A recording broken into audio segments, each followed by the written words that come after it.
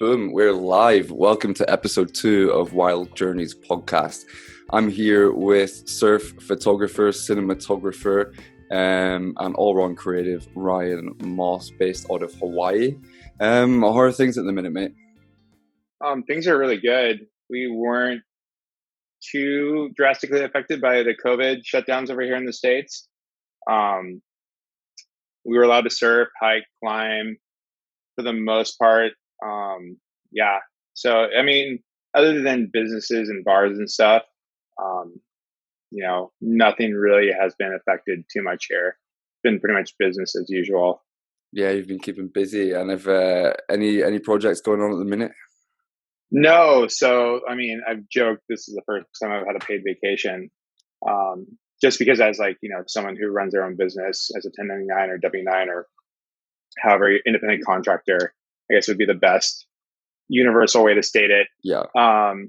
If you're not working and hustling, you don't have paid time off, you're not making money. And so with just how production has been and everyone kind of pulling back all their budgets and all their spending, at the moment, and the federal government stepping up and, giving us this relief fund. Yeah.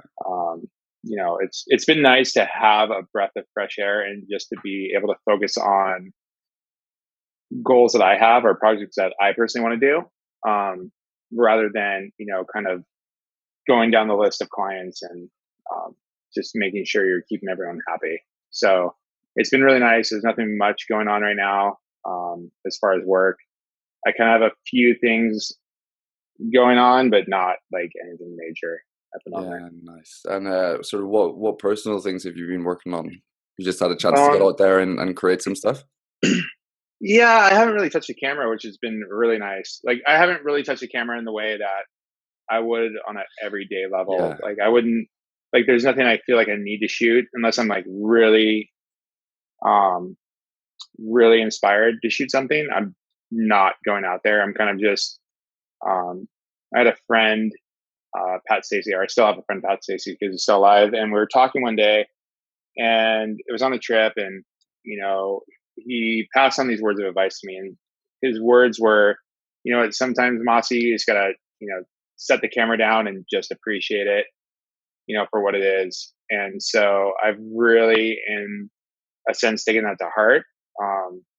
I've worked on some climbing goals. I've worked some just outdoor mountain goals, just like personal projects that, are goals that I had for a while. Yeah. That I kind of just put off because I just didn't have the time or just didn't have the desire because you just feel burnt out, or you're just always like, when you're in production mode, I think throughout the year, and most people who, either work in high-end commercial production or just want to be successful, you're driven constantly. And so, you're not really sitting back, letting the next thing happen. You're kind of pursuing that.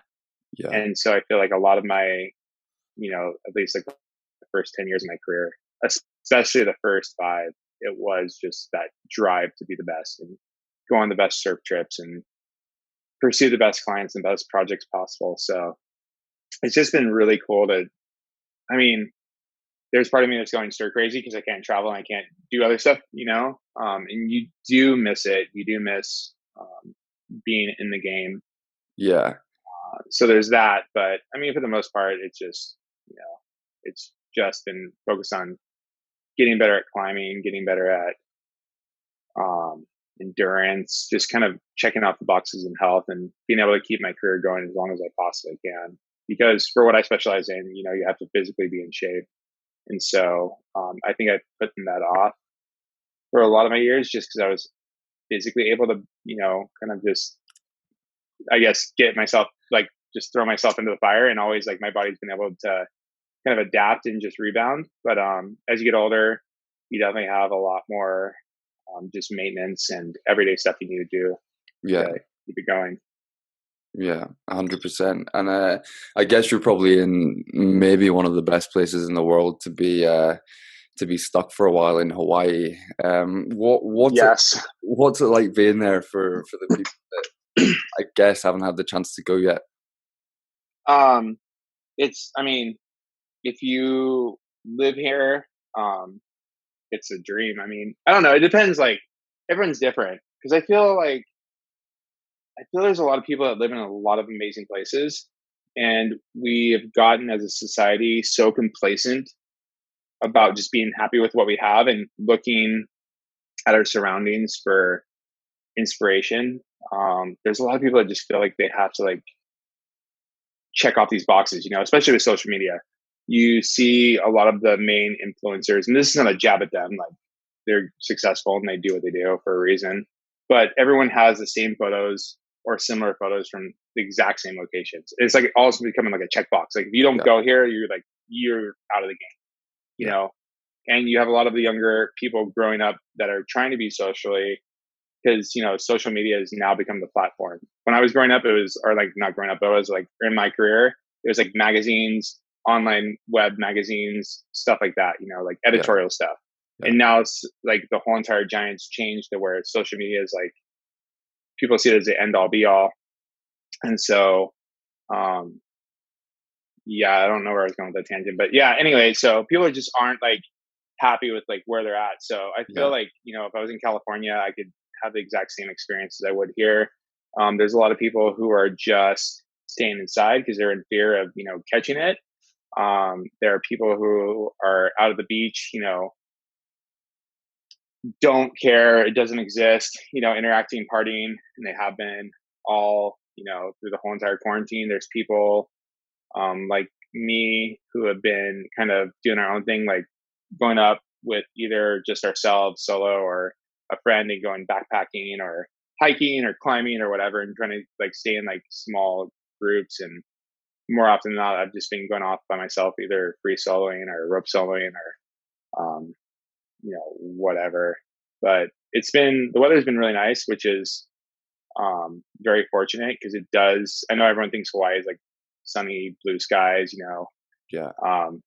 But in the past, like 2 years, I think it's been pretty wet. It's rained quite a bit.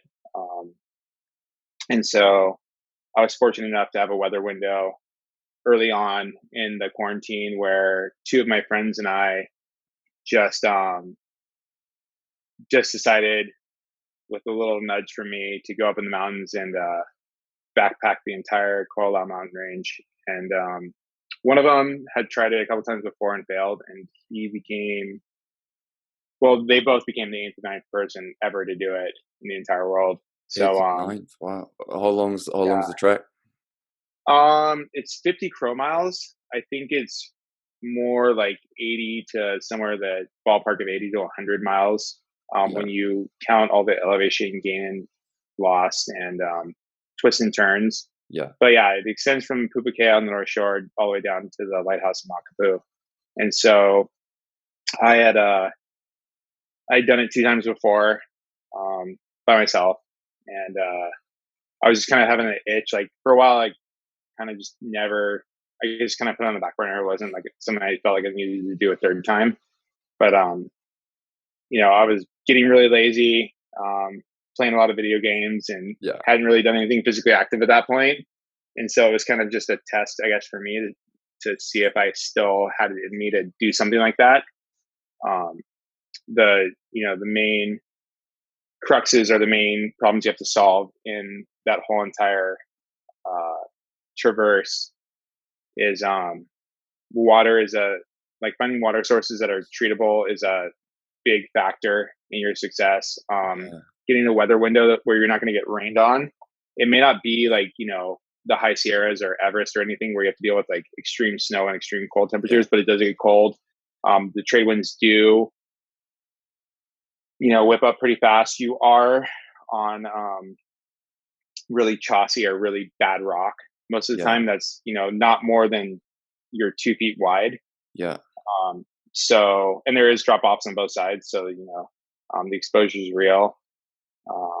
And then, like navigating through a maze of brush essentially in the beginning.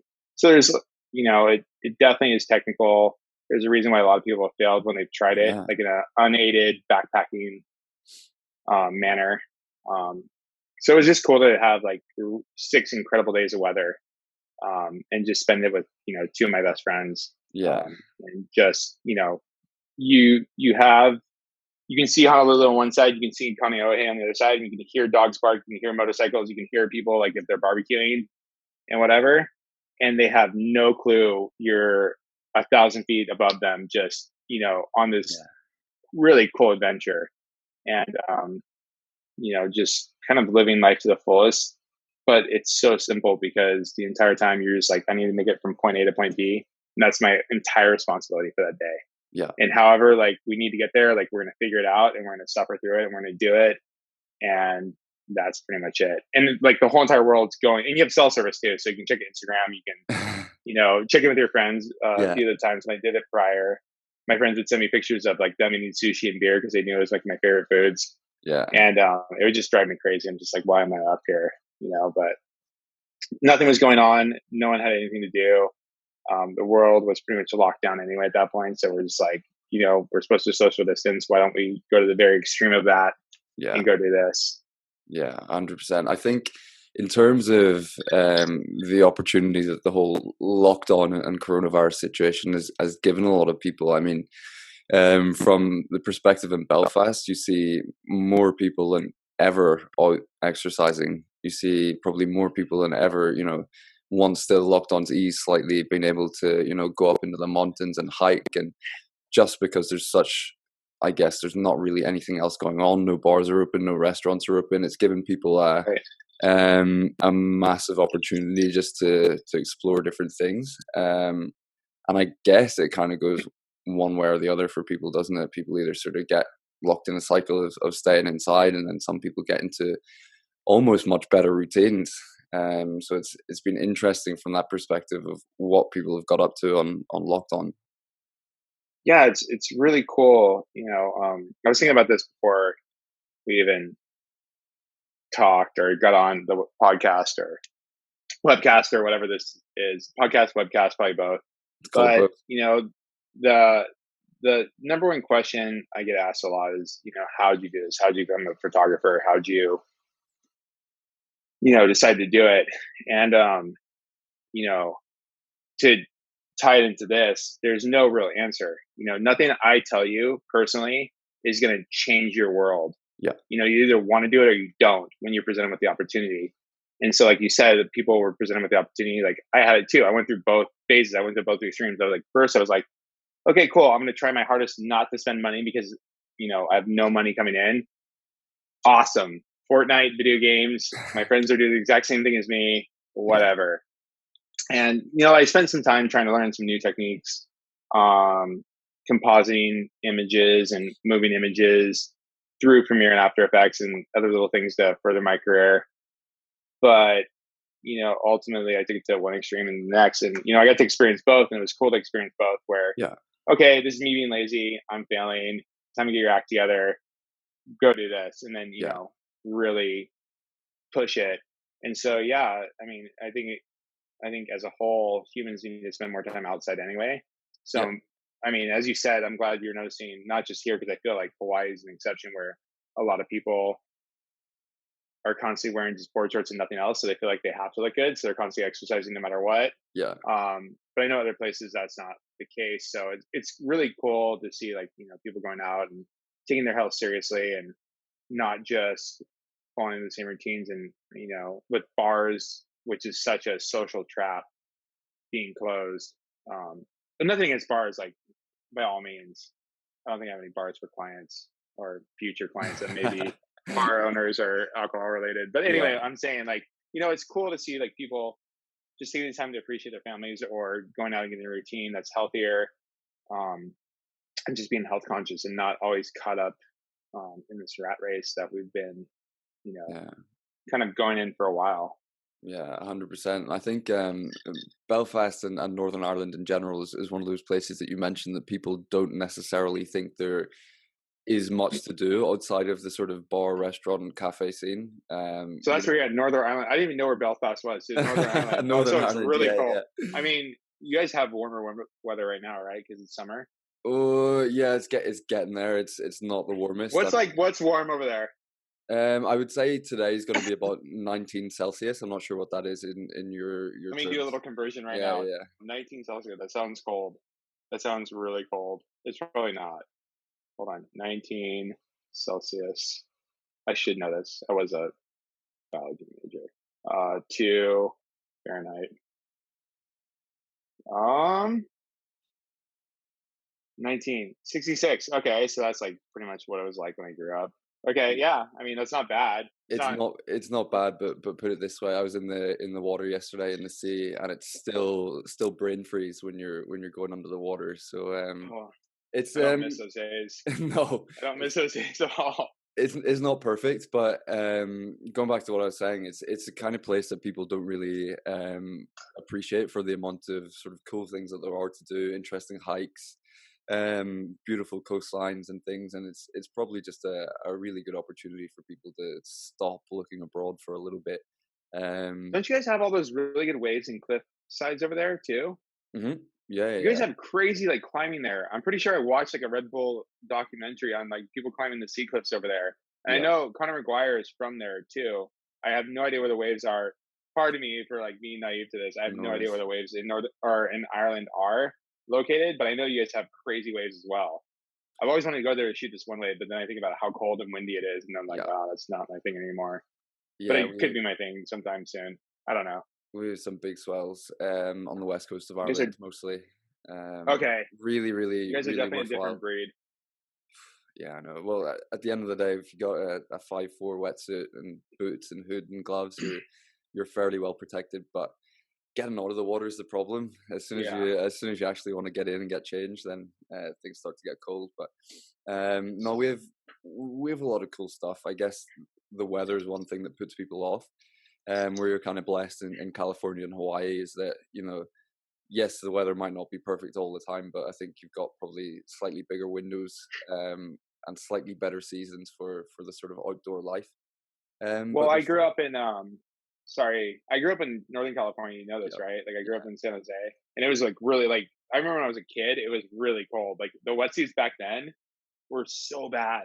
yeah, So I know what you mean by like a 5'4" in boots, like you're fine. But I just remember like it used to be like the water was actually warmer than outside yeah, a few days. And there's a couple spots you went to. There was actually one time I first started shooting, because I'm going off the brain freeze thing you said. My friends were like sandbagged me completely. They're like, "Oh, we're gonna go shoot the spot. It's super crystal clear water. Like you've never seen water like this before." yeah, And like I was the guy who would always swim and whatnot. And they didn't tell me how cold it was, so I just had like a 4.3, like a old 4.3 wetsuit, not like the new 4.3s, with yeah, no hood, anything. I jumped in the water, and it was like beautiful water. I was so psyched. It was like looked beautiful, everything yeah. like light coming up, like full studio. Like you're just like yes, like jumped in the water, and no joke, the brain freeze I got was so bad. It was like nothing I ever felt before in my life. I threw up. Every time I ducked Really? over under a wave, I threw up. I was dry heaving. It was so bad. It Wow. took me like a half an hour to get used to the water. Yeah, So yeah. I feel your pain. I do feel your pain. Yeah, I mean, it's worth it. You get used to it eventually, but yeah, there's been a couple of occasions that we've been out for a surf or whatever, and it's genuinely snowed while we were in the water, which is just a horror. It's cool, but it's a horrible feeling. Um, Yeah. but yeah. No Anyway, thanks. then take me back to growing up in California. I guess what was it that got you into the sort of surf climbing photography lifestyle that you sort of Oh, turned into a career? so I was growing up in California, in San Jose, California. Back then, it wasn't the Silicon Valley everyone knows as it is today. Um, there was one mall. There was a lot of like it was basically considered a suburb of San Francisco, Yeah. and there was not what there is like. There's not a lot like going on like there is now. Yeah, Like yeah, it was way more small town vibes at that point. yeah, And then I grew up. My dad fell in love with surfing when he was I think like 13 or something, and so he surfed. My uncle surfed. Um, and so just growing up, I was in the water. There's a photo of me that my parents have, and it's my dad pushing me into a wave, and it's not even like really a wave; it's like a ripple, and it's not even like 3 feet off the beach in Maui. And so, yeah, I mean, I guess that's where it all started for yeah, me. Um, just always being around it. My dad was a firefighter, and so they worked 10 days a month and Yeah. had the other 20 off. And so it was Wow. the greatest thing when I was a kid because, every day he was off that I didn't have school or whatever, he'd take me to the beach. And um, yeah, I was really into the ocean. And I kind of always knew when I grew up, I wanted to do something with the ocean. Yeah. I just didn't know at the time what it was. And at first, I thought I was going to be a firefighter like my dad and my uncle because of the pension, the benefits, the work schedule. Um, that was like, I guess at that point, my end all be all. I Yeah. enjoyed playing ice hockey. I enjoyed football for a little bit. I think I just enjoyed it because I made friends. Because I Yeah. wasn't like a cool kid. I had like glasses. I was fat. Um, I was made fun of. And then I always had like something wrong with me. Like growing up, like not many people like know this about me, but I grew up and when I was, coming out of my mom's womb, I had the umbilical cord stuck around my neck. And Yeah. so because of that, I cut off air to my brain. And so I had epilepsy until about the fifth grade, which was corrected through medication. Wow. And so like it slowed down my metabolism a bunch. And that's like the whole entire fat processing. And then I just would get weird stuff like happen to me. Like I shattered my elbow in first grade on the monkey bars, had to have surgery for that. I was like pretty much constantly in the hospital and probably like a parent's worst nightmare. I Yeah. was like this fragile kid, but I wasn't really fragile. I got beat up, but like just by my own doing. Yeah. So yeah, I just like dealt with a lot of like adversity, I guess, growing up. And that was like pretty much my childhood. But somehow like the ocean was always a release for me, like no matter what was going on in my life. Like if I was having a horrible day, if I was in, when I finally could get a girlfriend, if I had like a bad like breakup or whatever, like it was somewhere I turned to just kind of clear my head and reset. Yeah. And no matter what was going on, it was always there for me. So I just wanted to be around it because it was like my best friend, I guess. So there was that, and then um, went to college at UH, did the marine bio thing, came back, went to EMT school, and I had an interview with the Stockton Fire Department because I scored really high on my written test and my physical agility test. I was like in the top tier. Plus, Yeah. it didn't hurt that my dad and uncle and grandfathers were all firefighters as Yeah. well. And so I think it was like 2 weeks before, and I just finished my EMT school. Um, I was filming surfing just for fun. I just kind of got into it a little bit. Um, filming your friends, like them skateboarding and Yeah. you bodyboarding and whatever. And so I kind of got into filming some surfers around Santa Cruz, and Anthony Tashnik was one of them. He was at Steamer Lane. I was filming him, and I'm not sounding really articulate with all these eyes, but anyway, he was surfing. It was like Yeah. not bigger than 2 or 3 feet, Yeah. and he swam in. And I thought he lost his board. I wasn't really paying attention because the waves weren't that great. I kind of was going ADD all over the place. And he swam into the surfboard and pulled up the leash. And at first I thought like, he lost his board and he was pulling up the leash and like the kelp, like a kelp, ball of kelp, which is pretty, just, a regular thing in those lineups in Santa Cruz. I thought it was just a ball of kelp, like a touch the leash, something like that happened. Right. And then I realized like it's a person, it's like a human. And so here I am, like a week out of EMT school, probably the only person around with medical training. And I throw my camera in the car, rush down to the cliff, and we're hauling this guy up out of the water. He's unconscious. He has 2 huge gashes from his Wow. forehead to the back of his skull, and I'm just like everything went like clockwork. All my EMT training, even though I wasn't at that time a certified EMT, just kind of kicked in Yeah. and got a pulse, got him back breathing. He was coughing up blood, coughing up foam. I had blood all over me. People were trying to move him, like, no, don't move him. He could have like a neck injury. I held him in C-spine, like call the fire department. And you're just there and you're, pretty much I was still a kid. I mean, I didn't feel like a kid because I'm probably like 24 at this point, but you still Yeah. haven't gone through life experiences like that, or at least I hadn't. I know everyone kind of grows up differently and more people are exposed to different things Yeah. at different time periods in life. And I feel like those people are more mature than someone who hasn't, Yeah. even though maybe they're not ready for it. But I just feel like life throws at you what you can handle, or even if you can't handle it, knows you're going to, step up to the plate or hopefully step up to the plate. And that was my turn to step up to the plate. And, it was a really traumatic experience. The guy ended up living. And what was the story? But What actually happened to him? I don't know. I didn't know the guy. I had no clue. I found out later he was here illegally from Mexico. He didn't have proper visa or anything. He actually went into a drug induced coma that the hospital put him in, and all I heard was coma. I didn't know it was like drug induced. I just heard like he went into coma because I just heard around town from Yeah, people. I'm like, should I let him die? Is he ever going to see his family? All these things are growing through my mind, like having kind of like this guilt. Like I just made this guy a vegetable. No one's ever going to know like what happened to him. yeah, But he ended up going back and he was survived. He was all fine. Maybe they were on some type of substance that he ran into the cliff or something. It looked like his surfboard fins hit his head and cut it open. yeah, That's what it looked like to me because the gashes were clean. yeah, I still didn't really hear whatever happened to this, how that incident occurred. I never really cared to find out. I was just happy that he was alive at the end. But then at that point, I knew like this was going to be 80% of my job. yeah, Like 80% of your job as a firefighter is proven to be medical. yeah, And I just never wanted someone's life in my hands like that. Like some people can handle it. Good yeah, on them. I can't do it. I knew it wasn't for me. I purposely failed my oral board 2 weeks later. And my parents at that point were like, well, what are you going to do?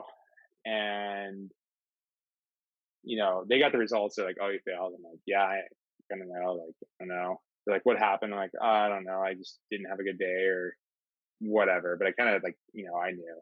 yeah, Because they're pretty straightforward questions for the most part. And I was like, yeah, I'm going to be a surf filmmaker. And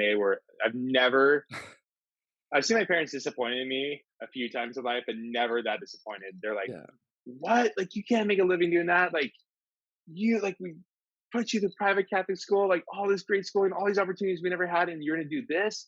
yeah, You can't do it. And they were so fired up that I couldn't do it that I guess it put a chip on, like, I'm the type of person, if you tell me I can't do something, yeah, I'm gonna prove you wrong. No, at yeah, like all costs. I don't care how much sleep I lose. I don't care what it takes. Like through throw me in the like gauntlet of physical and mental abuse, and I will come out on top, and I will prove you wrong and make you eat your words. And I think yeah, that really for me was, the part. If you had to ask like what like allowed me to go this passionate career or whatever. First off, it was my love for the ocean. Like I loved the ocean. I got barreled so many times as a kid and like close out shore break barrels that, when it's like offshore winds in California and it's all orange and glowing and you see these visions and you just wish you had this camera yeah, in your eyes, which then in turn later on being a GoPro, I really wish I would have thought of that and made the money and sold the stock yeah, when it was booming and not right now. But you're just like, as a kid, you're like, oh, I wish I like, could see all this stuff. Like I wish I could share this with other people because it's so rad. And so many people can't do that. Like I had friends that bodyboarded with me or surfed with me, and they weren't nearly like as dedicated or like naturally gifted in the water, and they would never know like what you're talking about because they just couldn't get those experiences. I'm like, dude, it's beautiful. Like I wish I could capture this. And so that was like the first part, and the next part was like I never wanted to let down my parents because they gave me so much. They came from absolutely nothing. Like they weren't given those opportunities. They came from public school. Like, their parents didn't care if they really succeeded or not. They worked so hard to get where they were and give us this life that they yeah, never had. And so that weight on my shoulders that kind of always carried with me, just made me driven. And so that's like pretty much, I knew nothing about business. If I could ever just give anyone who wants to be a filmmaker or photographer or anyone that wants to pursue that field any type of advice, learn how to be a producer and take a business class to write business proposals and budgets. And yeah, as long as you can do those two things, like you can sell yourself and you can justify why you make what you need to make in order to get the job done and not go in the red. And a lot yeah, of people don't understand that. When I tell them that, they laugh at me like, no, I don't need school, like whatever. I'm like, okay, yeah, but like, see how long you're going to last. And I was fortunate that my parents were business savvy yeah, and they didn't teach me everything, but I learned quickly. And then, I got through, I don't know if you ever remember Magic Seaweed back in 2007, 2008, did a 6 weeks on the shore, like series. And I proposed that to them. I wrote the same proposal to like 5 different companies. I think it was like Surfline, Wet Sand, Magic Seaweed, someone else, and some other company that's now dead or owned by Magic Seaweed or Surfline. I think Surfline now also owns Magic Seaweed, but Magic Seaweed were the only people to take a chance on me. Really? And I had to create one episode a week, or sorry, one episode a day for 7 weeks straight. Wow. And so if you ever want to, that's back, like, keep this in mind too. So if you shot, this was like back when mini DVs were a thing. I don't even know if you know what those are. Never, like little never mini cassette. They're like, so they're little cassette tapes, right? Think of like a VHS tape, but they're miniature and they go in your camera. They're like slid in your camera, you closed it, and you had an hour to record, or like 120 minutes, I think it was. And for every minute you recorded, it took twice as long for you to plug the camera into your computer for it to digitize and like capture it. Yeah. So I had one of those for land, and I had this little Panasonic like small SD card camera for water.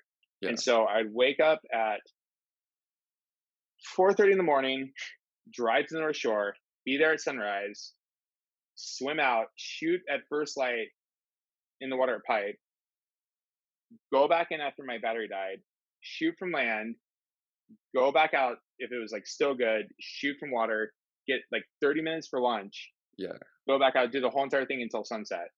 So I was pretty much working, like filming, and that winter was particularly good, thank God, because I don't know if I could ever pulled it off if the waves weren't so good for so many consecutive days.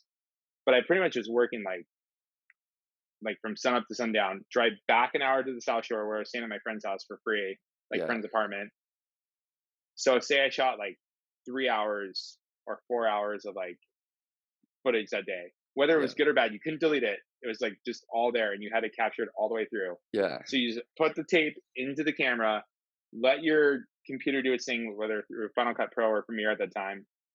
It would batch capture it, and most of the time, like the tapes they were oiled up by lube, and the lubricant like went bad, or you used different types of tapes, it would cause errors in your camera. So if it didn't capture, like if there was any error, you had to restart the whole entire thing. So you spent about like honestly another 3 hours to 6 hours recapturing all the footage.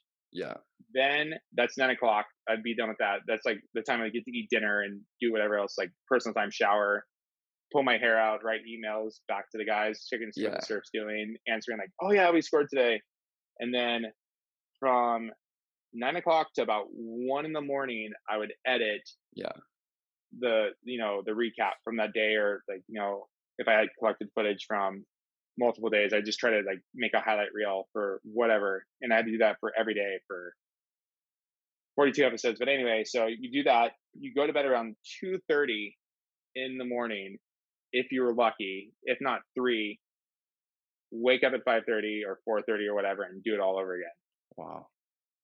By the end of that, I was so efficient at everything that it was like the best crash course you ever could take. Yeah. In video production. And people are like, oh yeah, like that's not a big deal. Like people do it with Instagram. I'm like, yeah, because you're cheating, because you have like SD cards, you can just drag and drop clips. Like it's not like that. It's not instantaneous. Like it was so, but I'm sure like, when I was doing all that, there was guys who shot film, like slide film, and, didn't have digital cameras, and they were like, this is how it was done back in the day. I'm like, okay, whatever, old timer. And I'm sure people are like, saying that to me right now. Yeah. But I would love to see people from today do that. And I would love the challenge of going back and shooting film, how they had to splice together their surf movies, like Taylor Steele and all those guys were first doing it. Yeah. It's wild to think how far and how easy and how accessible digital photography, or just photography in general, and, movie making has become. Yeah, the one thing that was coming to mind when you were telling that story was it is absolutely incredible how much things have moved forward in what's that, 13, 14 years since you were doing that, just how much more 2007. accessible. So Yeah. yeah, 13 years. Wow. I am old. I am old. Yeah, but that's not a huge amount of time for technology to have shifted in the way it has, and to the extent that pretty much everyone can create something good from their phone. Never mind a professional camera these days, and can sort of No, get it out right? to the world The iPhone, pretty immediately. the Yeah, portrait mode, that yeah, thing's crazy. yeah. It's I joked once I was never going to bring a real camera on a shoot ever again. yeah, definitely, and it is good as well for anyone that's sort of operating cameras today, just to take a step back and occasionally use an old piece of kit as well, like an old film camera or a yeah, I guess film camera is a good example because it's so manual and so tactile. It's really good to go back to those basics. Well, think about this, okay? So most companies, I haven't paid close attention to what people do for their campaigns because I haven't worked in house for a company for a while, Yeah, right? Like I haven't had to like go through the whole entire creative process. Now, when like most of the job works I do, um, if I'm lucky, the jobs I really enjoy doing, I just show up. I'm told what to do by a director. I break out my kit. I do my job. I get paid at the end of the day. I go home. I'd never have to think about it again. yeah, When you're working, when I was working at Reef, they had their whole entire Just Passing Through campaign. And it was always so bizarre to me. I mean, I know it's less expensive, like shooting film, processing it, like a 60 millimeter roll of film for, a minute of footage or whatever. All that, time does take, and it costs a lot to do it the old way, right? It's not cheap, especially now because no one really does it anymore. yeah, And so they would hire people for, day rates for Reds back then were $8,000 a day. $8,000 a day for a Red camera operator. And everyone back then, like, Red's so taboo, like this, that. I'm telling you right now, if you DSLR, you can shoot a Red. There's little like yeah, nuances, but every camera across the board. It was just the fact that they were so, like nowadays everyone has a Red. yeah, So it's like, you can't really get away with charging those rates, especially if you work in Hollywood or any stuff like that. My niche is like what I really make money doing is, operating a Red camera or whatever, underwater or in yeah, big waves or whatever. And then, obviously there's hazard pay, there's stuff like that factor into what you're getting paid in your day rates and your camera rentals because you own your kit and whatnot and water housings and stuff, which everyone doesn't really have. yeah, But so they take these, they'd hire guys for 2 weeks at $8,000 a day. And they would take all that beautiful footage, that beautiful, sharp 4K cinematic, glorious footage, and want to make it look like a bad VHS tape. yeah, yeah, And it blew my mind that you take like this high quality, like really beautiful stuff and just try to make it look as bad as possible. yeah. Like, That's why don't you just, go back to mini DVs and you could do it the same? that sort Blew of my mind. vintage look is on trend at the minute, isn't it? Yeah, Kind of it's everything. crazy. Yeah, But yeah, it's just unbelievable how much money they spent on that. And then they pay like guys to like colorists to come in and destroy the like stuff that should be on the BBC or yeah, Blue Planet or something. What I saw was just blew my mind. I'm like, why would you ever do that? That looks so much better originally than it did now. I don't care what our campaign says. Like that will sell board shorts. yeah, This is like some fashion trend that's gonna be done next week. yeah. But hey, you mentioned sort of a hazard pay and slight touch on sort of dangers of the ocean. Talk to me about pipeline for anyone that doesn't sort of follow surfing.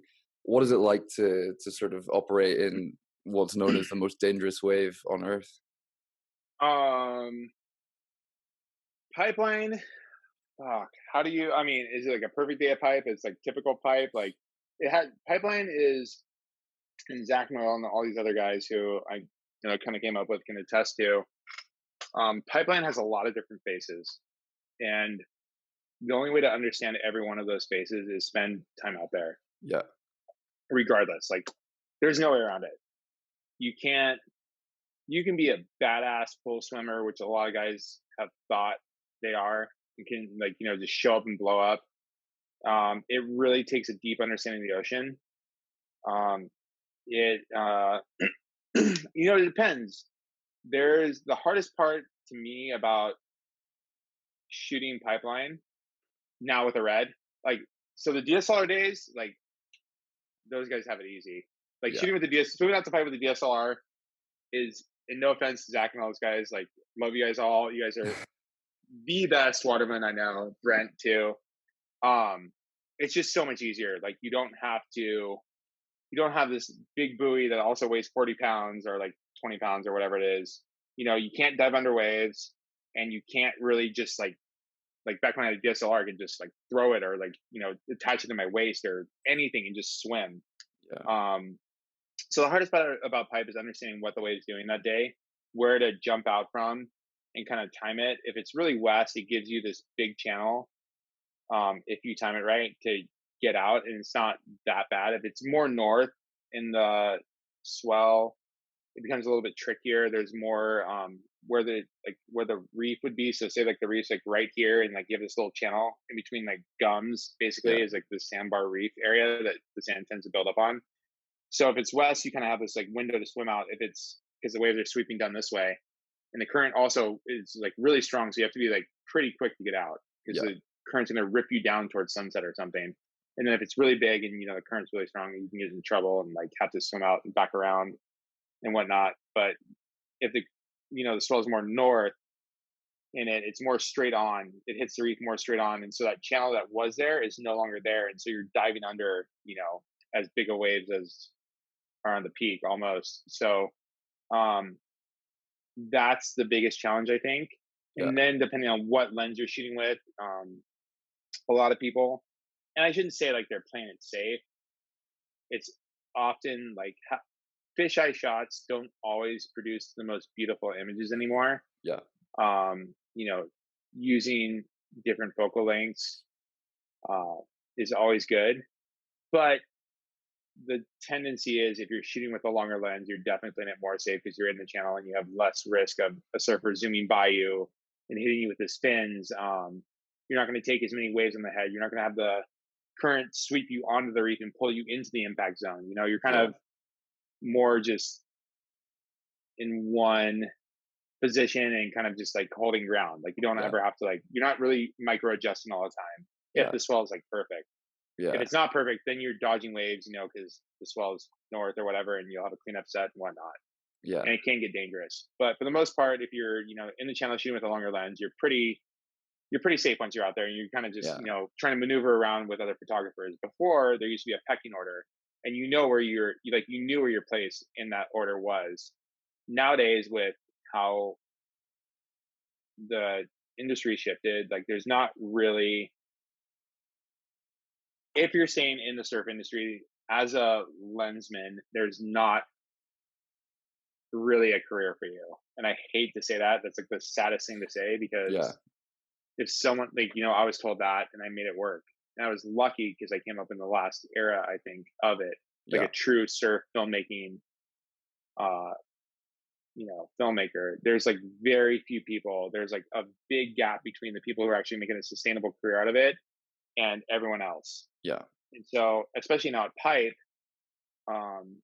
there's a lot of people out there that are just naive and just going out there on their vacation to shoot, or just have a passion for it. So they don't care. They just want their Instagram to look cool and Yeah. people to see they're out there.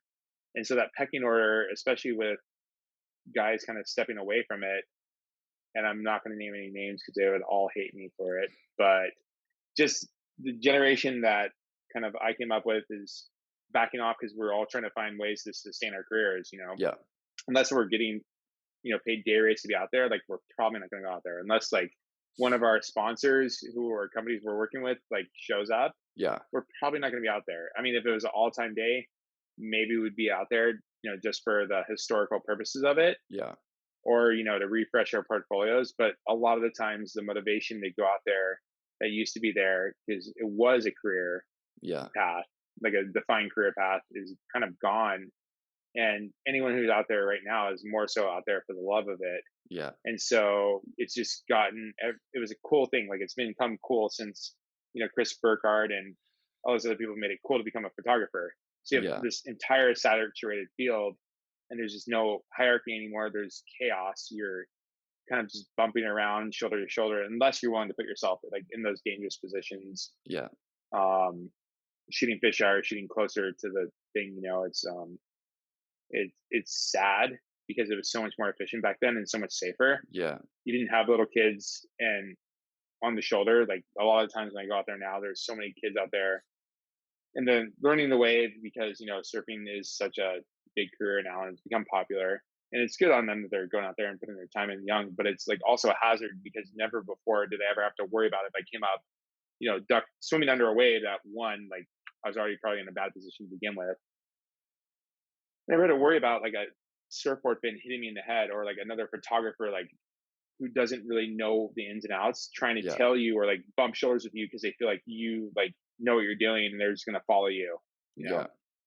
It was never like that. You kind of just were on your own, and like if you had friends, and there would be five guys out on like the Yeah. best days, and everyone knew each other. We all talked, said hi, whatever, and kind of just knew like, okay, this guy's first, this guy's second. Like if someone like, and for a while, like Zach, me, Brent, and some of the other established guys were like, hey, if we have a team guy that like we're directly working for, like we'll duck out of the way so you can get your shot. Yeah. Yeah. Just because everyone's out there to do like help everyone and do the same job, and it's just not like that anymore. So the chaos factor of everyone being out there as a holding the camera is crazy. The younger generations coming up trying to learn how to surf the wave is crazy. Trying to be the next John. Then you have all the pros and you have all the traveling pros. It's pretty hectic. You have to be. I think it pays to have ADD or ADHD. Yeah. Because you constantly have to be on your toes, Yeah. making micro adjustments. The tide coming in, the swell, kind of knowing what the swell is doing helps as well. Yeah. For a while, I was pretty in tune with all that. And Yeah. kind of, with the ability to watch a surf camera, you kind of could just like look, oh, it could be good. Or you call a friend, you're like, oh, like, how is it? Oh, yeah, it's really good. It's on. And then you kind of do research like, oh, the swell's coming up. It's probably going to get really dangerous soon. Or, the swell's on the, like, peak and on the decline. That'll probably be good tomorrow. Or, there's just so much more information you have. Where I feel like before it was more bravado, cowboy, like biggest days going out, doesn't matter. Swell's hype, see you tomorrow morning, like no matter what it would do. Yeah. Have you managed to injure yourself in the water? Have you stayed fairly clear of it? I have had my fair share of injuries riding waves as well as with the camera. I've been pretty fortunate. I haven't had some of the same experiences as other people. A lot of people choose to wear helmets. I don't. I tried to wear one once. I was required to when I was shooting the Pipeline Masters back in like 2005 or something. I had a helmet and I was swimming under I was only allowed to be at back door because that was like the only spot open for anybody that was whatever, according to the ASP at that point.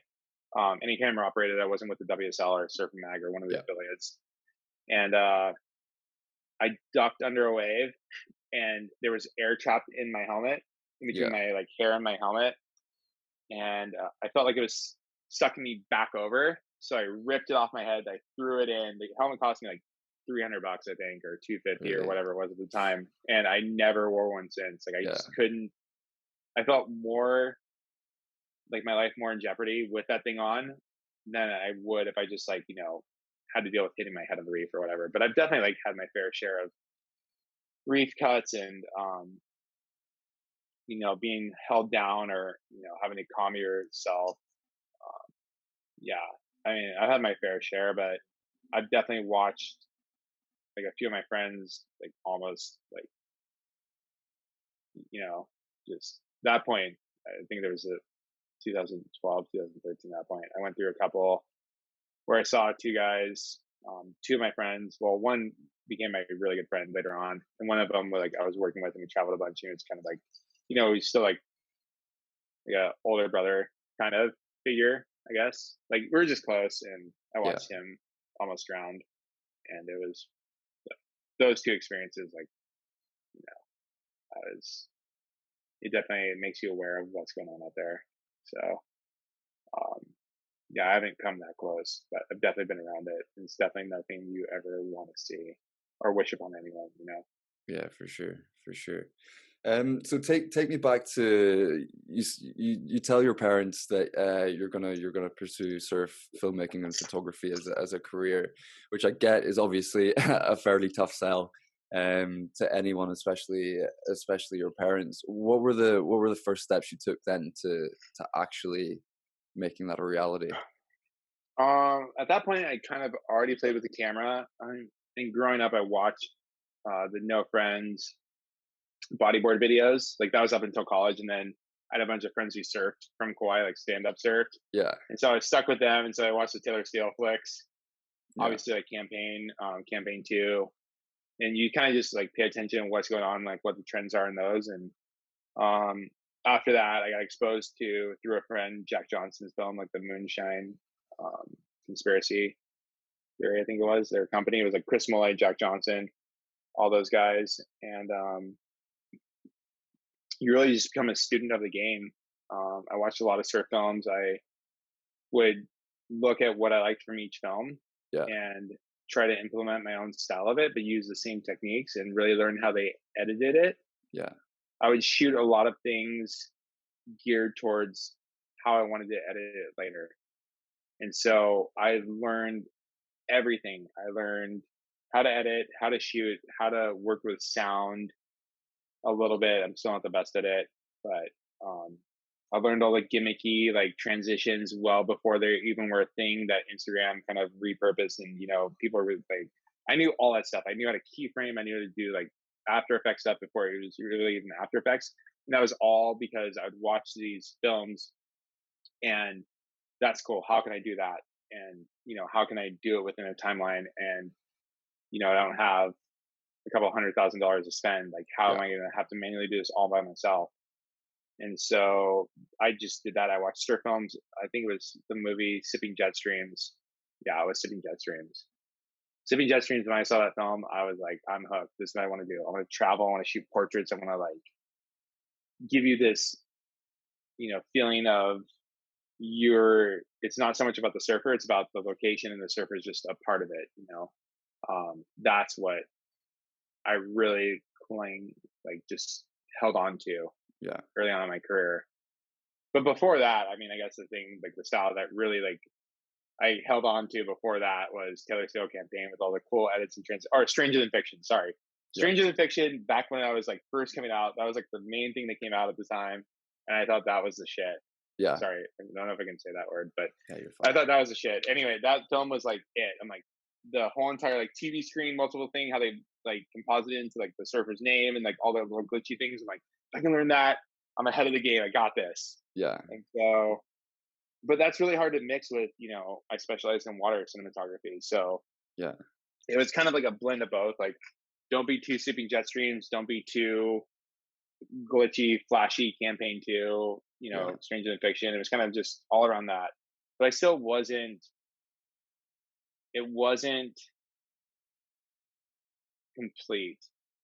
It got me to where I needed to go in order to get noticed and be successful, yeah, which was understanding how to make a quick turnaround, like do same day edits or yeah, just quick turnaround edits. And, a lot of swell recaps I worked on. So after Magic Seaweed, I worked a lot with Surfline yeah, and Fox and Reef. Fox Chris Drummond was like the first guy to give me a chance and like really give me an opportunity to have a yeah, foot in the door. And like everything was incentive based on how many trips, videos, or whatever else I did. And so I just really took and ran with that. And I was still allowed to work with other companies. I yeah, had like non-exclusive because they didn't want to put me under contract fully.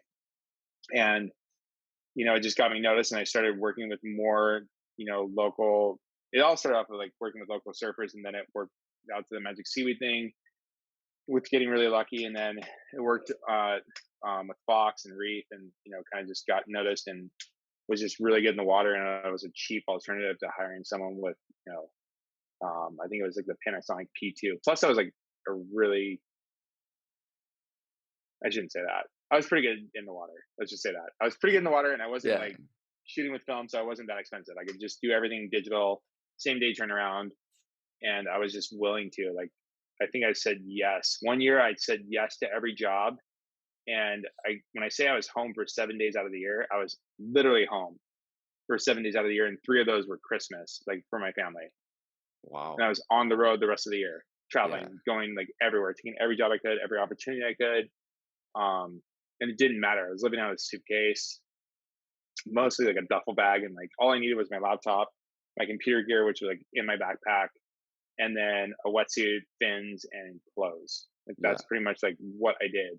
Whether it was a hotel, a surf team member's house, like on the couch, chasing everything. Like that was my entire year, Yeah. and you know, I never would take back any of those experiences or like what I went through at that point Yeah. to get to where it was. What was the sort of the moment or project or trip that you were like, yeah, I've made it. This is going to be my career. I'm still waiting for that, but Fair.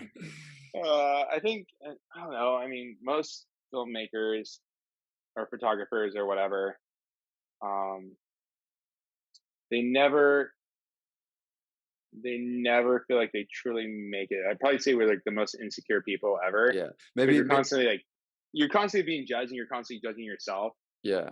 And you know, um, it just depends what you're going for.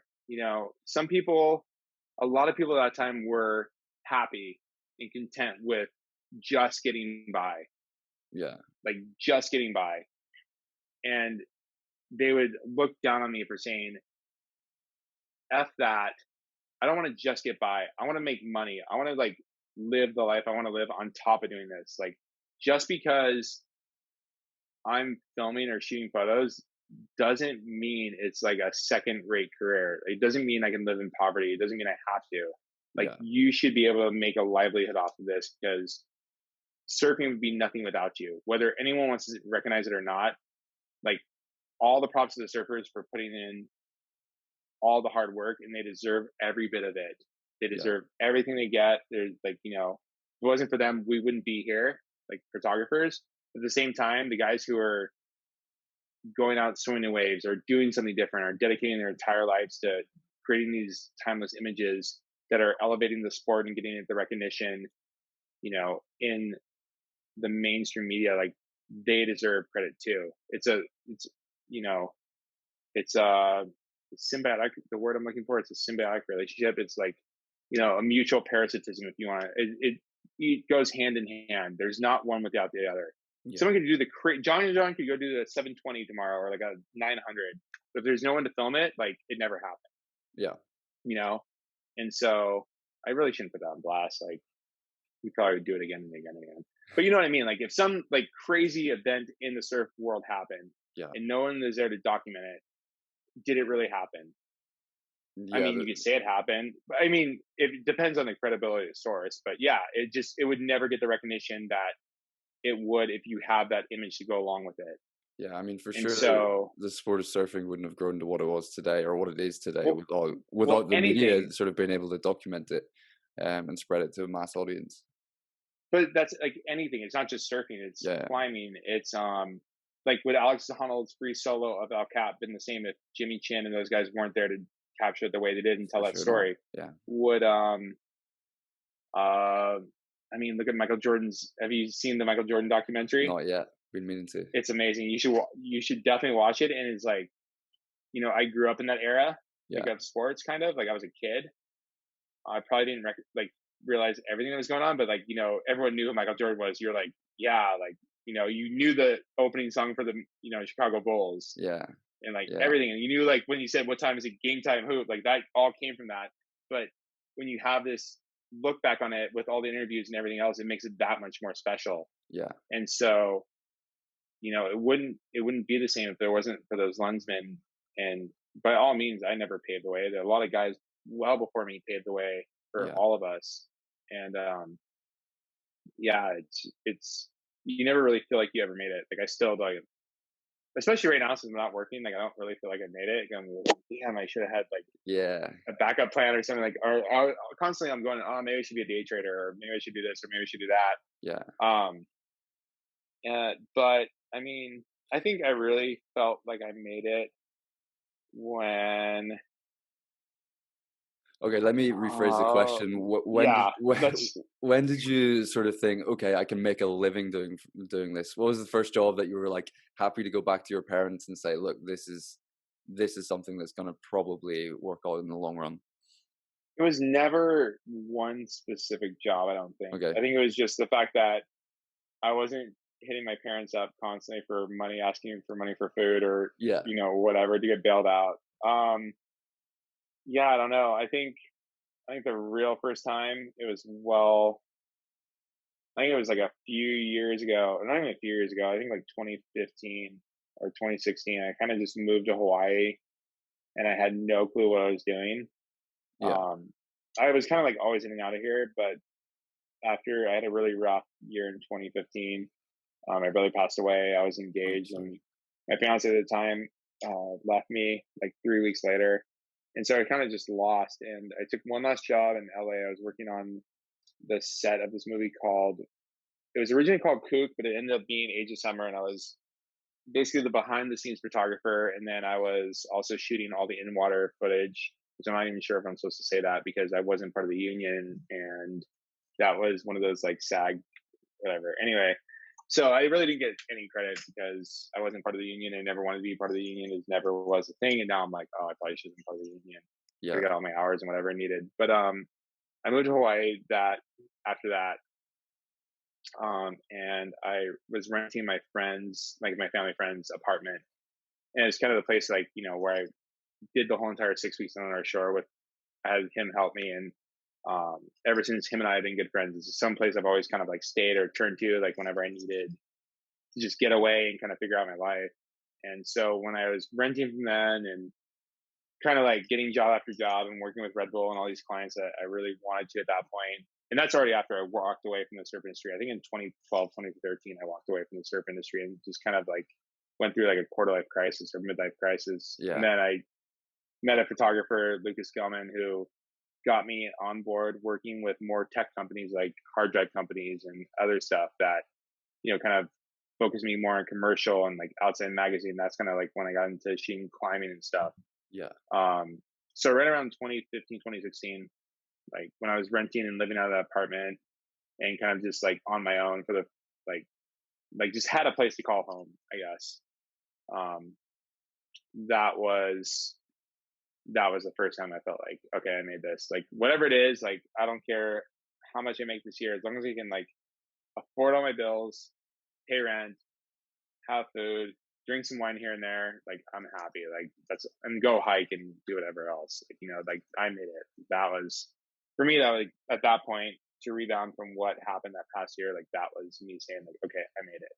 Yeah. And then the next year after that, like I did really well financially. I don't think I'll ever duplicate that year. I got a lot of like one-time jobs. It was like, damn, why can't it always be like this? But Yeah. yeah, so like those 2 years, like pretty much like, damn, I made it. Like this is it. Yeah. And then of course, like, once you get that, you're like, okay, what next? Like what, do you really want in life or whatever? So yeah, at that point, like I was like, okay, I made it. Or like I made Yeah. it for whatever, only 7 years later or Yeah. something. Fantastic. And what is next for you then? Think when things start to open up, what are you looking at? Where's the first place you're gonna go?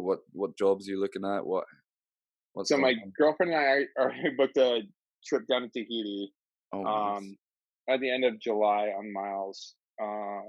Hopefully there's a swell Yeah. that happens to correspond with that, so I can just do a pitch to Red Bull and sell it to them as like a swell story or something. I don't know. Yeah. I don't know. I have nothing planned for the first time. Well, I mean, I guess I've always like kind of had nothing really planned, but for the first time, like in the past, I don't know, since 2005, I haven't had to think about what next. Um, like I said, like I'm just enjoying my time, taking it step by step, and just enjoying everything. Because most of the jobs I do, like, is relicensing stuff I already shot, Yeah. and that's like I can't stress enough, like to people. And I've learned this the hard way because I'm really bad at organization. Yeah. Have everything organized. You don't know who's going to ask for what. There's a lot of times like photos that. So like the whole entire cinematography thing, like filmmaking was like my bread and butter, and so I started shooting photos as like a way to keep filmmaking going by framing and trying to capture more and like realizing like what you could fit into a frame and how it affects other stuff. And that was like my escape. from filmmaking because like I wasn't getting paid for it. It wasn't any like pressure. I didn't have to worry about if I was a good photo or bad photo. It was just like Yeah. there. And then that turned into a job too. So I was like, damn. So I don't know. I think especially in like where I specialize, it's just staying on top of your just everyday, physical fine tuning, staying on top of your skill sets that don't apply to cameras. So when you have to go back and do it with the camera, Yeah. which is always more stressful, that you're cool, calm, and collect. I worked on a show, Outer Banks. I don't know Yeah. if you watch it. It was like number one on Netflix for a while. It takes a while as an older person or like someone who's not 15 to 20 something to get into. Yeah. But by episode 7, I was really like pretty like hooked on it. So was my girlfriend. She was like, no, this is bad. I'm like, damn, I worked on this. Like, I can't put this in my portfolio. But then by like episode 7 with all the ratings and stuff, like it did really well. Hopefully I'll come back for that. So I shot all the underwater stuff for that and all the surf stuff that they've used in all their promos and teasers and stuff. So hopefully like when they start production, I'll get the invite back, even though I'm like, oh, it's like a one-time thing, whatever. It was on the way to my friend's wedding. Back when stuff wasn't so coronavirus-y. But yeah, I mean, hopefully I'll go back and get that opportunity again. Just, touch base with all the relationships I made and just see where everything's at with everyone and see what they're, trying to do. Yeah. And hopefully just travel and start, shooting more again and kind of just doing that. I mean, maybe I'll like look into getting back into the union or something along those lines just because it's more stable. But even that production right now is shut down.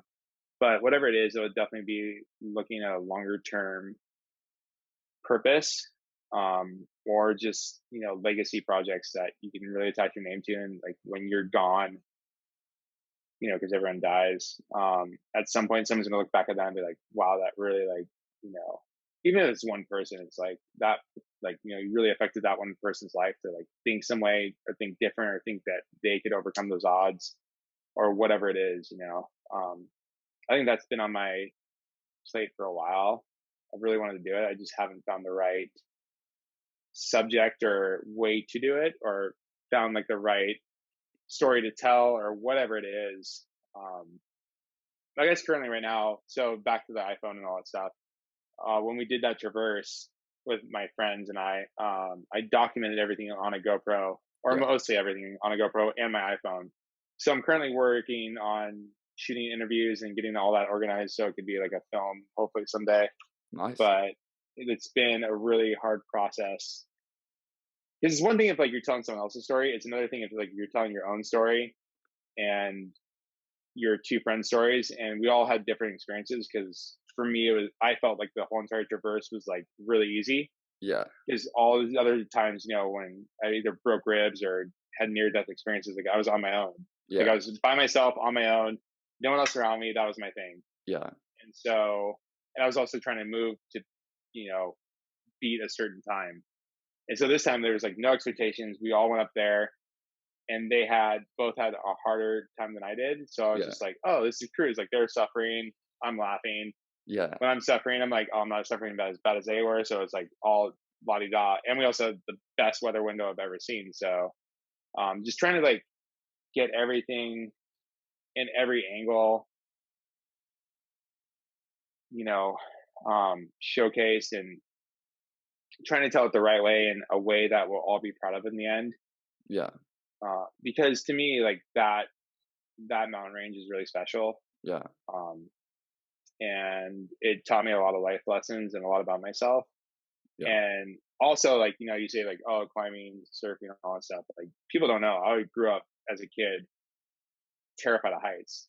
Really? Terrified. Like we're talking like terrified. When I tell people that and they see like the GoPro footage and stuff I climb or like the ridges I walk on, they're like, no way, like you're full of shit. Yeah. I'm like, no, I'm straight up terrified. But I learned, through the ocean and through putting myself in these uncomfortable situations to expand my levels of comfort.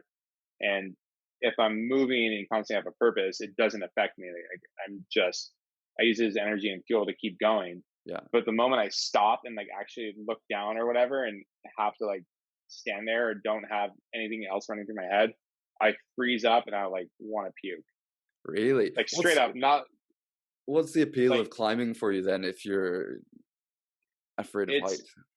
so the ocean became like the ocean and the beach became my office. Yeah, okay. And so this personal relationship I had with it for so long, where it was somewhere I turned to escape, right, and solve all my problems and have time to reflect and ultimately push yourself too, because I love being in those um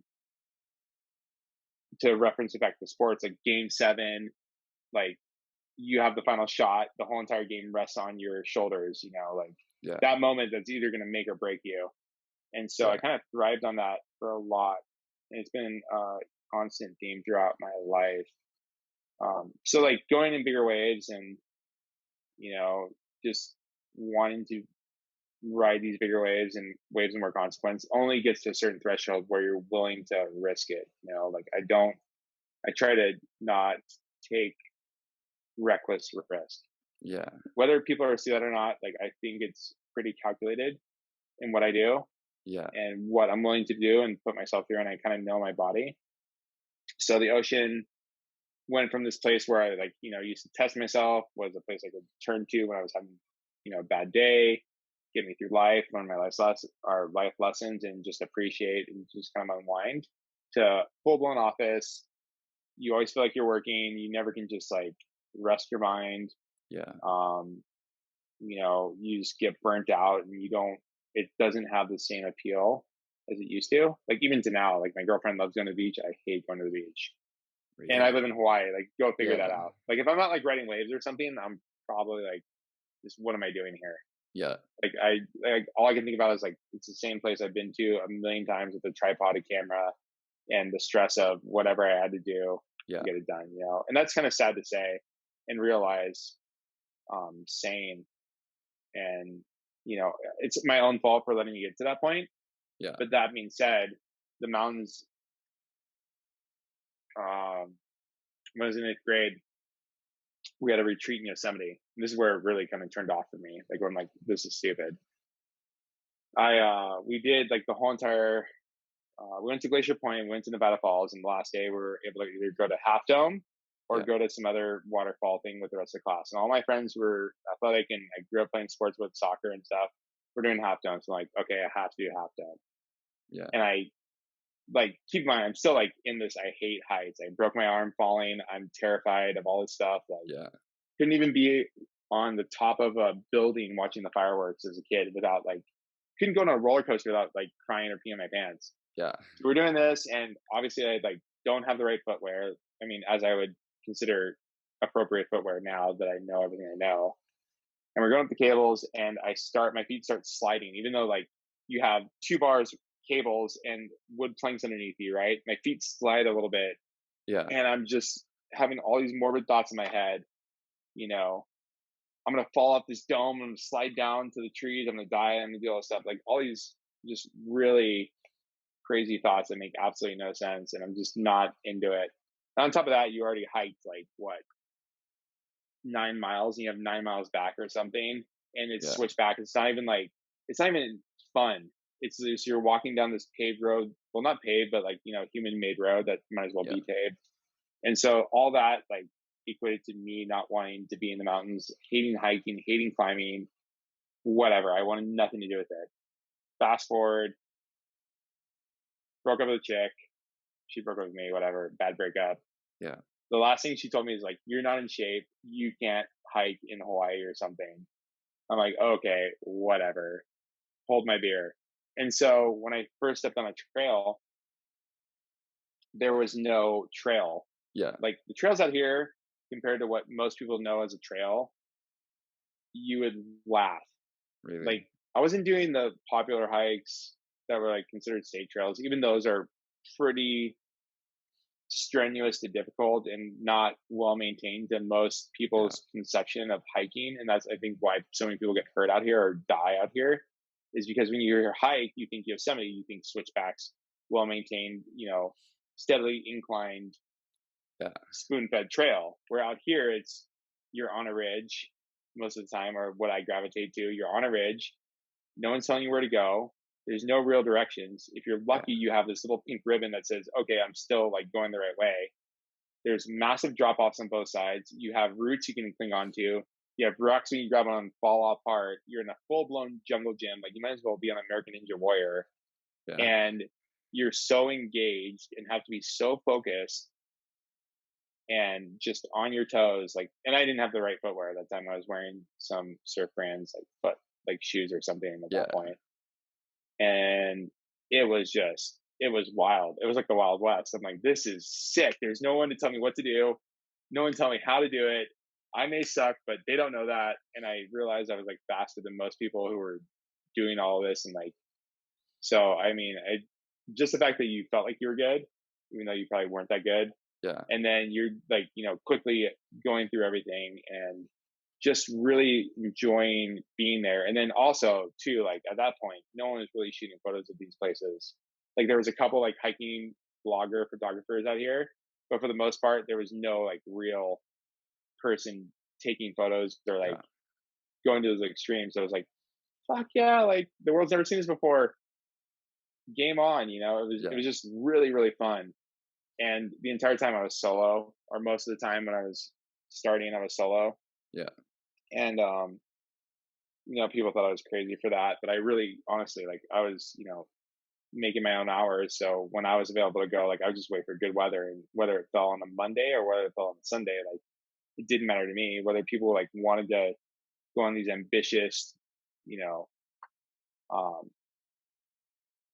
goals I had or not, like I was just like, I'm gonna do it. Like if you want to come, awesome. If you don't, I don't hold it against you. I don't expect you to want to, like, and also at that time I was young and dumb. So it didn't really matter if it was raining or if it was sunny or whatever. Yeah. Like most of the time I waited for the weather to be good, but I remember there was a couple of times I was just like, you know what, I'm just going to go for it, whatever. And, it definitely was a suffer fest. It definitely sucked. Like I don't ever recommend going up on those ridges when it's like really wet and windy, because it does get cold. But yeah, I mean, it was like the first time I ever rode a wave. Let's put it that way. It was like that kid feeling where like, you rode a wave for the first time. And by, it's kind of like, it's not really alpinism. I guess it is. I mean, it could be compared to like Mathis Crest or something where like you have something like that. It's really hard. People call it extreme hiking. It's not extreme hiking. It's not climbing either, because you can't really, I mean, I guess it is. I don't know. It's just a really niche skill set. Yeah. But it brings you back to that childhood feeling of just being free and, doing whatever it takes to get to point A. Like I keep saying like getting from point A to point B, but that's really what it is. You're just, and sometimes you don't even have a point A to point B. You're just like, I'm going to go, and when I ever get tired or I'm done, like I'll just walk down somewhere or try to figure out a way out, and that's your entire purpose for the day. Yeah. Most of the time, because it is a full commitment to do. Yeah.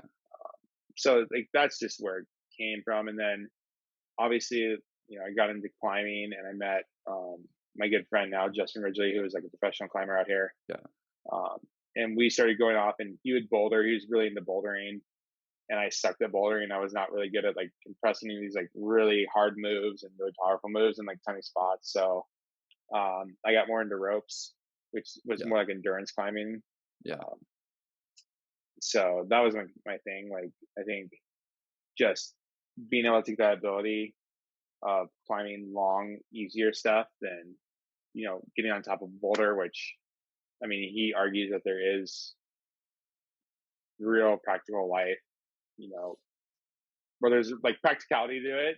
Yeah. I'm like, when am I ever going to be like being chased down by a tidal wave and have to get over this boulder when I can't just walk around it? Or like, why am I going to lay down to like move 5 feet up, a boulder? Like I just like jump over it or whatever.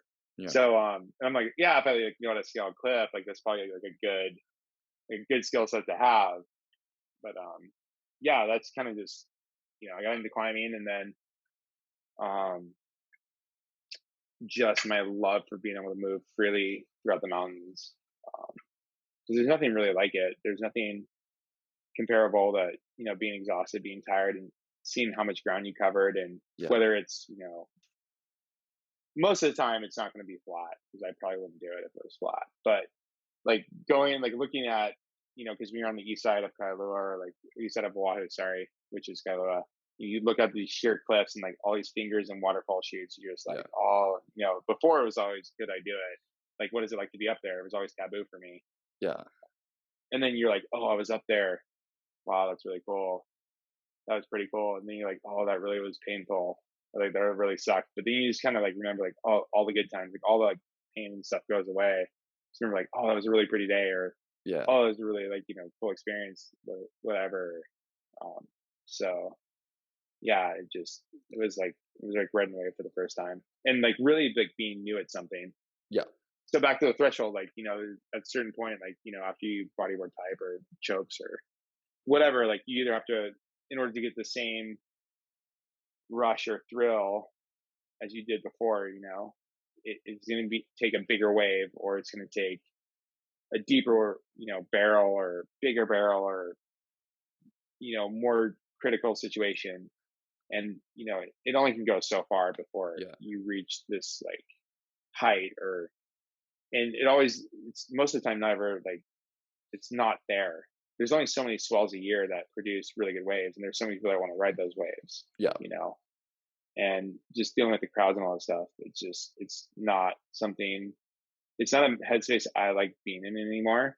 Like, I'm still hyper competitive, but I rather apply it to stuff where I can be hyper competitive with myself, or, there's so many factors, and it just gets dangerous. And, I know I'm getting older, and I'm not as fast or as, resilient as I once was. I don't bounce back as fast as I do from injuries. So, it just got to that point where I'm like, okay, I still enjoy doing this. I can have a time and place for it, but, I'm not gonna put myself at risk like that anymore, even though I found it. But then, like, hiking and stuff, or like hiking in Hawaii, or whatever you want to call it in Hawaii, like, it was all new, but then it escalated really fast. So I'm putting myself at the same risk, which I also feel is more manageable, because there's less there's less variables and less factors that you have to control, or that are out of your control. Like, you don't have to worry about the tide. You don't have to worry about how many people are going to be there. You don't have to worry about what the swell direction is doing. You don't have to worry about all these other factors. Like, all you really have to worry about is, do you have your, water filter, whatever you need. The weather does play a factor, but maybe not as big of a factor, and it's more gradual than, like, an hour tide, like an hour tidal swing, or like the swell picking up within 2 hours. Like, I'm sure you guys see it a lot up in Ireland with all the storms, how fast they push in. Yeah. It can be, and same with Hawaii to some extent, but like, it can be 2 feet 1 minute, and the next like minute it can be like 100. So it's just that it's like, I think it's lesser risk, or that's how I justify it in my head. So yeah, but it always can escalate, but I just haven't let it escalate. I still like appreciate taking my dogs and my girlfriend up to places I've already been, or going with friends, or kind of just hanging out. Yeah, there's definitely a unique sense of achievement about sort of conquering a peak for the first time, or climbing something for the first time. That's the thing. Like, I never think of it as conquer. I hate that word. Really? Like, people say like conquer. It's like, yeah, because think about it. People used to conquer civilizations. Yeah. Okay. Like, civilization would conquer civilizations. You'd make them, you'd make them your slaves. You'd, completely destroy whatever beliefs they had. If you were to climb a peak, if I was to climb a peak tomorrow, right? Yeah. Say I was, and I did it. Well, we'll get into that later, but say I was to climb a peak tomorrow, right? The most beautiful peak I've ever seen, in a really technical fashion. Yeah. Where either I was soloing technical climbing sections or whatever, right? You could have the best of your life and climb it once. Yeah. And maybe never climb it again, right? That peak or that line that you take up that to that mountain summit, it's going to be there well after you turn to ashes. Yeah. You could climb that again and again and again. There's been climbs I've soloed. There's one climb in particular I've soloed over probably close to 100 times. I free soloed close to 100 times. So 40-foot line, and the crux of the climb is down at the bottom.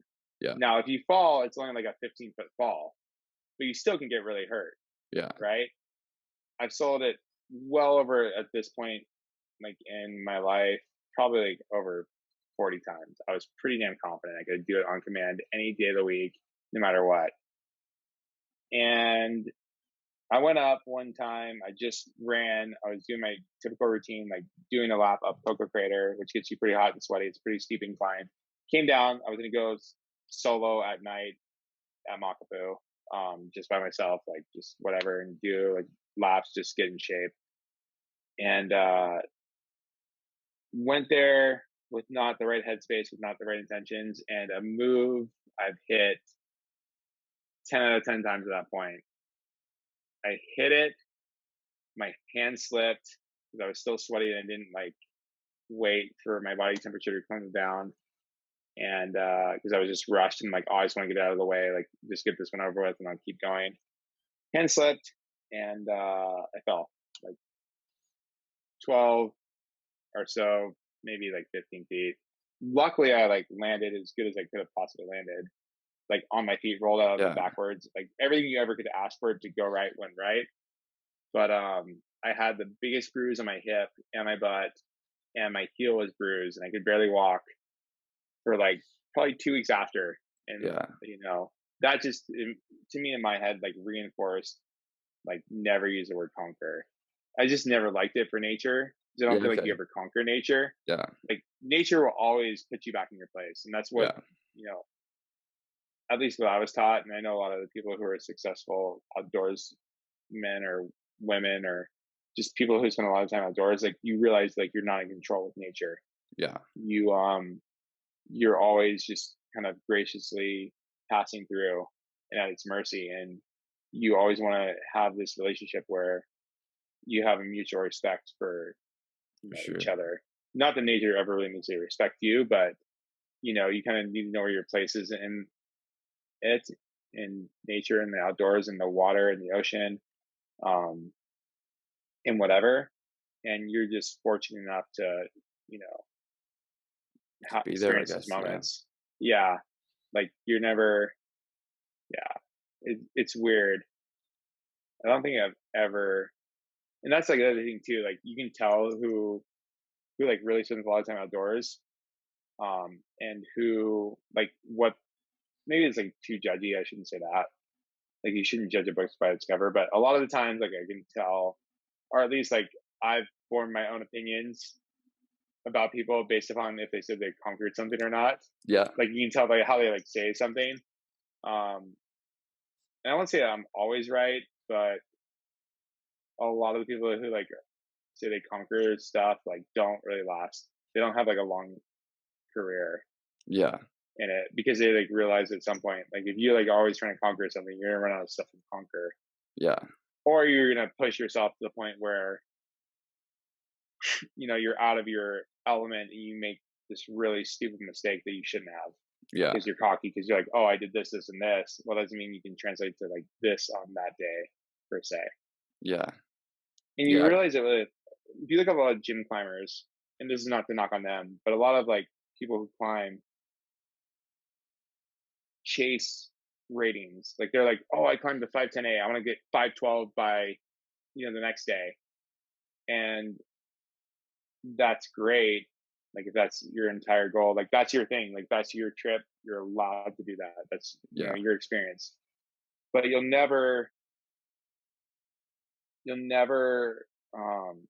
probably shouldn't say never.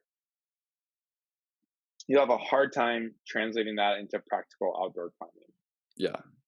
There's so many, like, there's five, like the rating system has so many different nuances in each grade.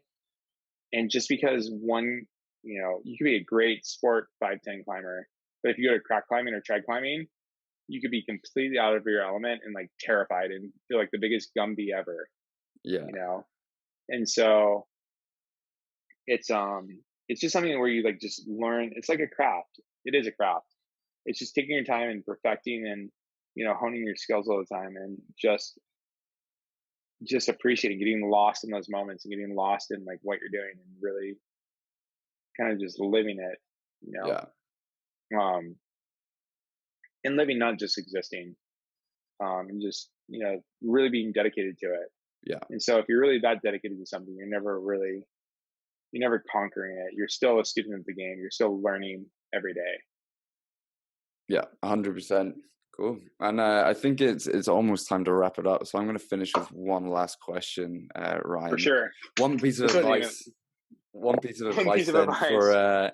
anyone that wants to follow their passion and turn it into a career, whether it be photography, whether it be something in the water, whether it be completely anything else. Um, I'll put you on the spot. oh God, there's a couple, but I guess just, kind of what they just talked about. Um, Definitely become a student of the game. Yeah. If you look at, you know, everyone who is ever successful, I mean, the quickest one I can think of off the top of my head, Michael Jordan, Wayne Gretzky, Mario Lemieux, uh, you know, they were Joe Montana, Tom Brady. They're all students of the game. They made it their life. They made it, they eat, breathe, slept their sport. Um, I'm sure it's the same with a lot of filmmakers. I'm so bad because I don't study filmmaker history. Like, yeah, I'm really bad with that. Yeah. But if you look at like Kelly Slater too, a surfer, he knows everything about everyone. He has like stats on stats and like knows every little nuance. He spends a lot of time out in the ocean. If you ever see him like around Hawaii, like he's surfing, getting his boards in tune. You have to want it. Stop searching for answers from other people. Stop going to these, webinars or seminars and trying to get motivated. No one's going to motivate you. If you don't want it, you already took yourself out. You have to want Yeah. it. And you have to want to be able to say to yourself, I don't care what it takes. I don't care how much sleep I lose. I don't care how many nights I don't go out drinking with my friends. I don't care, as selfish as it sounds, whose wedding I miss, whose Yeah. birthday I miss. You have to want it that bad. And especially now, because it's harder than ever, I think. Yeah. It's easier than ever to get noticed. It's harder than ever to get money out of that notoriety. Yeah. And get money, not just get money, because anyone can get $500 like here and there and, whatnot. But to make it a longevity and make it a career, make it so you can upkeep your equipment because, you constantly have to repair it if it's getting, used and abused. Making sure you're healthy and fit. Like you have to, whatever it is that you want, you have to make it your life and you have to put that first. And it is selfish. I've definitely made those selfish decisions before. I lost friends over it, sadly to say. But if they're really your friends, they'll understand, and you have to understand where they're coming from too. It takes both sides. Um, any contact you make within that industry, whatever it is, just be a human being. I think one of the reasons I was successful is because I was just easy to relate to and easy to get along with on trips. I'm Yeah. probably a lot harder now, but I've been through it all, I feel like. Yeah. But just your peers are humans too, and they're going through the same stuff you're going through, um, and some people have it harder than you, and you have to, especially nowadays that's coming to light, and you should really be sensitive to that. Yeah.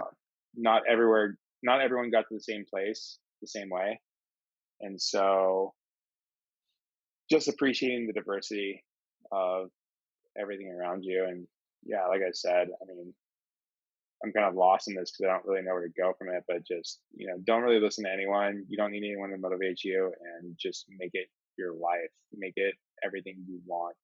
and realize it's probably closer than you realize, but it's going to take work to get there. Good answer. Well, Ryan, it's been an absolute pleasure chatting to you. you today. It's been good fun. It's Ryan Moss for anyone that's listening that wants to look him up on Instagram, Vimeo, on your website. That's ryancmoss.com, right? Yeah, that is. Perfect. Well, thank you very much for having me on the show. I appreciate it. No worries. It was pretty fun. Good stuff. This has been episode 2 of Wild Journeys podcast. Thanks for listening.